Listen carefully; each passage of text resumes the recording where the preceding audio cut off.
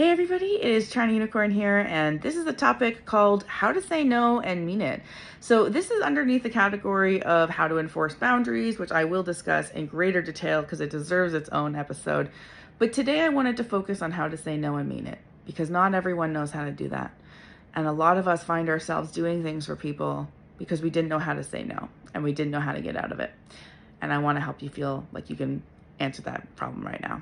I did study psychology. I do understand the brain a little bit. I know there's a lot of tension created when you have a people-pleasing need, or somebody's like, hey, I really want you to do this thing.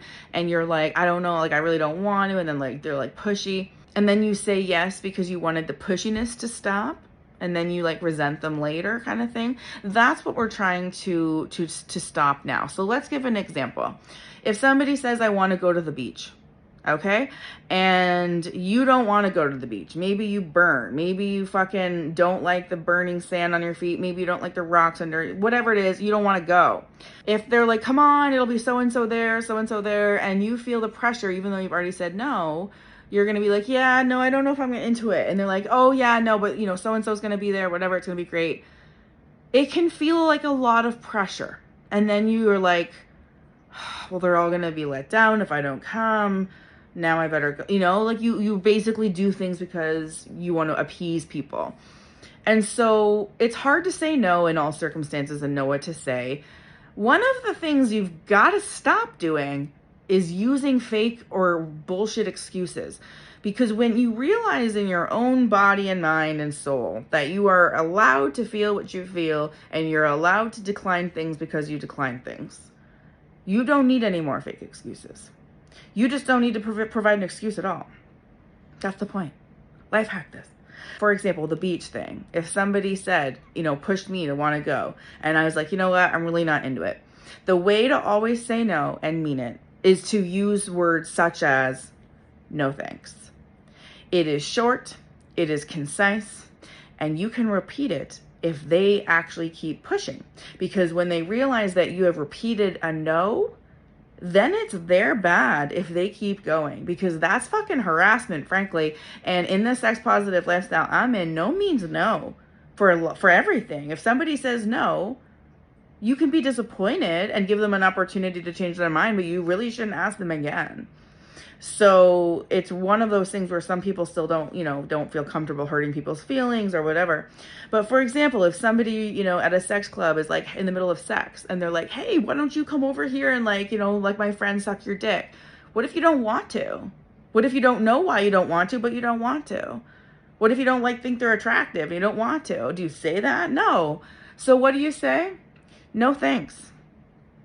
No explanation needed, period, not comma. You know what I'm saying?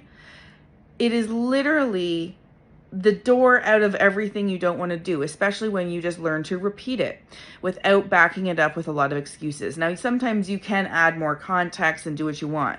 But the truth is, when somebody asks me now if there's something I don't want to do, a threesome or whatever, I don't say, oh, no, it's because I've got to run, or no, I've got a grumbly tummy, or no, I'm busy, or no, I'm on a date. No, the answer is, oh, no, thank you. With a smile even. That's it. That's it. What are they going to say? What are you going to come back to a no with? Because that's kind of their bad in a way, to be like, I take no's without, I don't take no for an answer. That's not going to go well.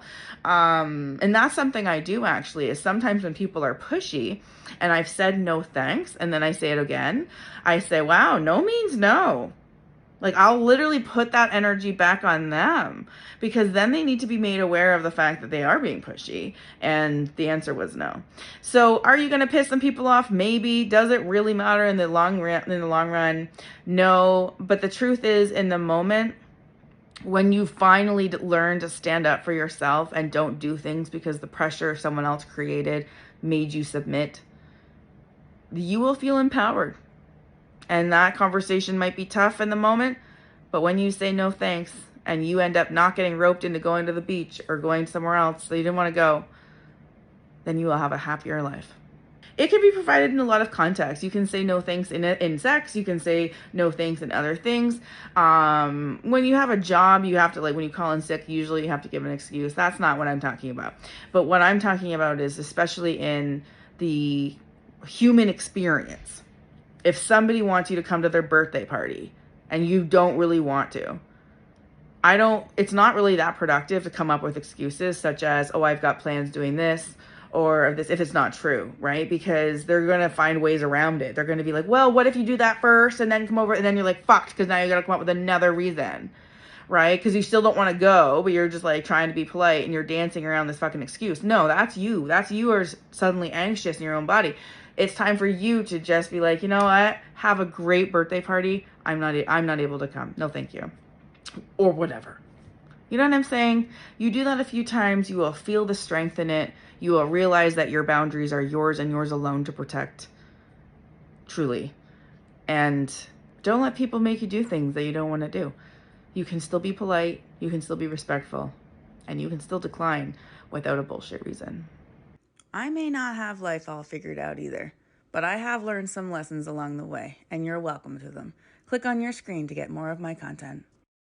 You can click on your screen now to see the full series of How to Live Unapologetically Yourself, a video podcast with Toronto Unicorn.